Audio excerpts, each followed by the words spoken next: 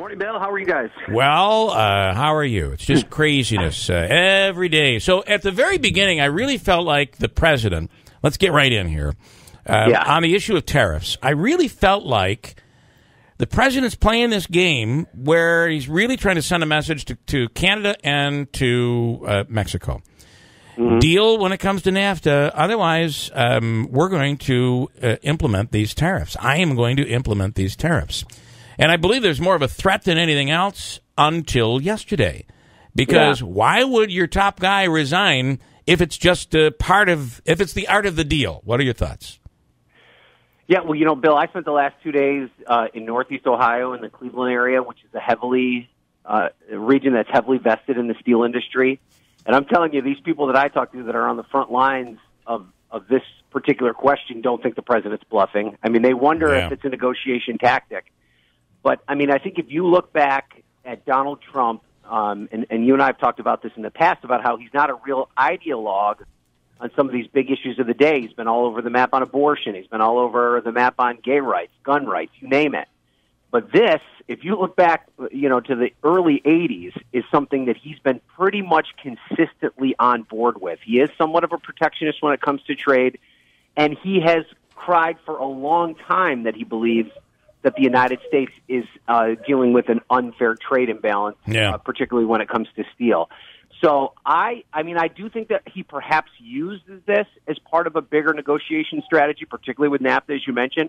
But, the biggest offenders of steel, and at least in what the steel manufacturers in the United States would tell you, are not Mexico and Canada. It's China and Korea and Russia. Yeah, they're the ones that subsidize the work of their steel manufacturers to basically drive the price down, and that's where the steel manufacturers feel that they need an even playing field. So I think you're right, though. The biggest signal that the president is serious about this is Gary Cohn resigning, because he was the lone voice in the White House that was opposed to this. Yeah.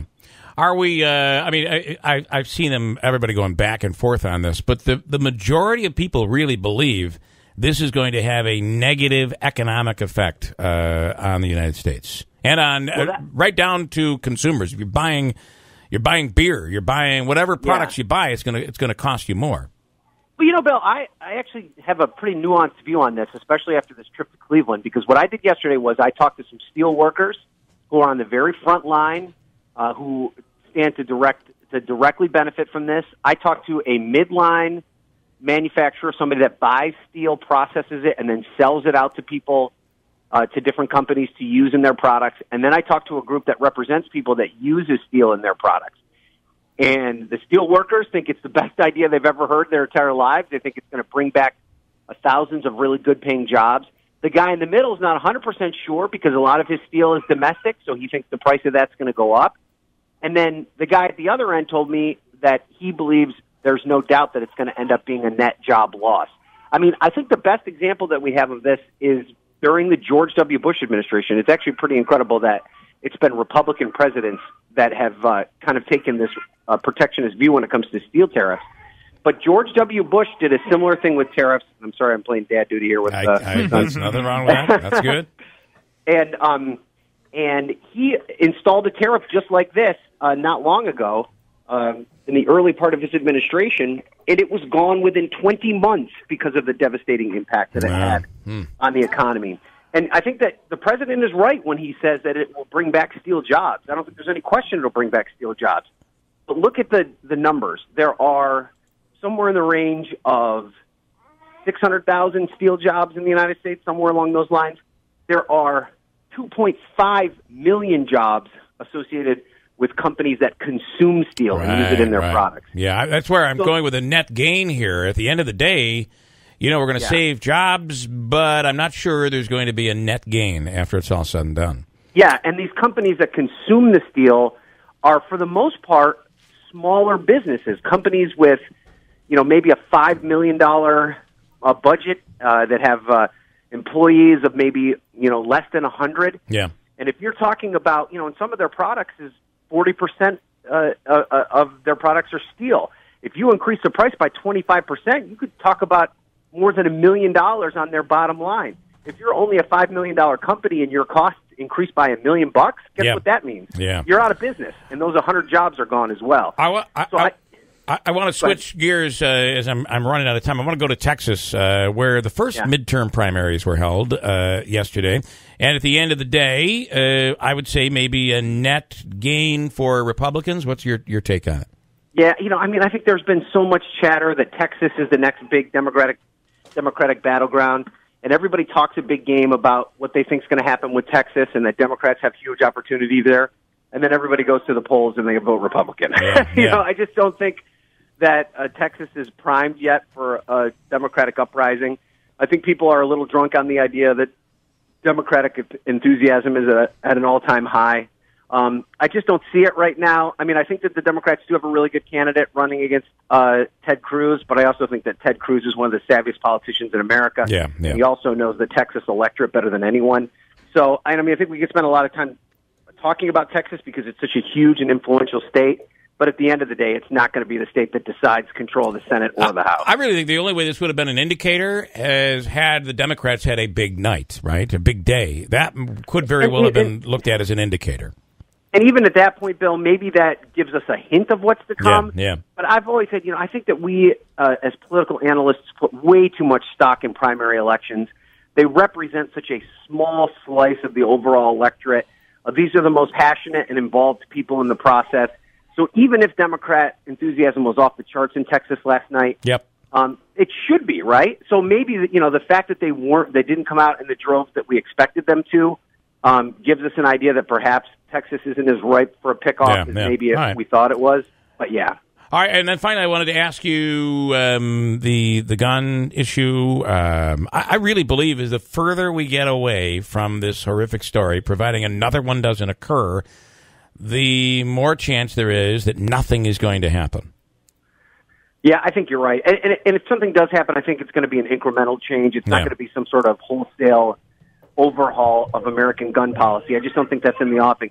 The only thing I would caution you on is that, the march, these young people are going to march on Washington on the 24th. So that's going to reignite the conversation. It's going to get all kinds of cable news coverage. Everybody's going to talk about it. So perhaps that puts the pressure on once again. But I just don't get a real sense that Paul Ryan and Mitch McConnell are lining up right now to take on a really difficult battle over guns. Yeah. And I also don't think that maybe Chuck Schumer really wants that to happen right now. Because he's got so many senators in these at-risk states. So I think where their change is really going to come is at the state level. I mean, you already saw that Florida changed their laws pretty significantly at the 11th hour. I mean, I think you're going to, in Washington State, they passed a law last night banning bump stocks. So I think across the board, each one of these state legislatures are going to have to confront these issues. I know New York kind of already did that. Yeah. But I think you're going to see it happen more and more at the state level. Finally, on this issue, you see the kid that is suing Walmart and Dick's Sporting Goods over the age limit, the 21-year-old age limit.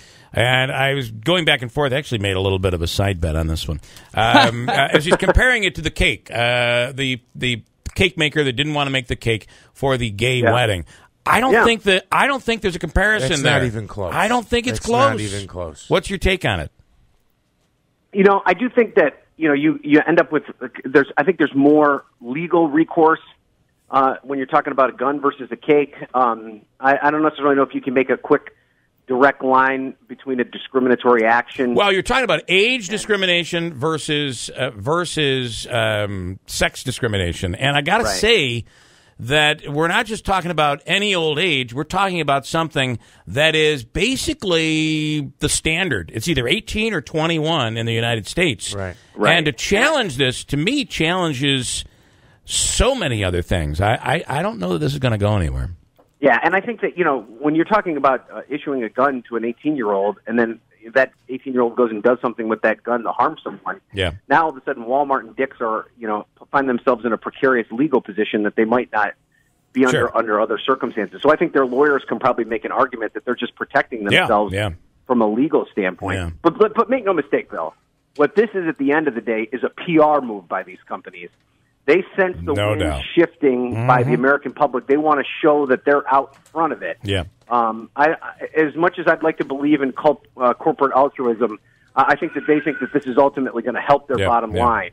And that's why you see them getting out in front of it. Well, I got to tell you, we have a story that we believe. I've still not been able to confirm this, but that Dick's did this after the Newtown shootings, and then they put the AR-15 back on the list of guns being sold there, and now they've done it again. So you kind of have to wonder. So, all right, Ryan. Well, I mean, that's true. I mean, just a quick point. I mean, they're a corporation, not a government. They can make that decision easily. They can implement it and then take it back within 24 hours if they so choose. Ryan Nobles from CNN. We appreciate it. We'll talk again next week.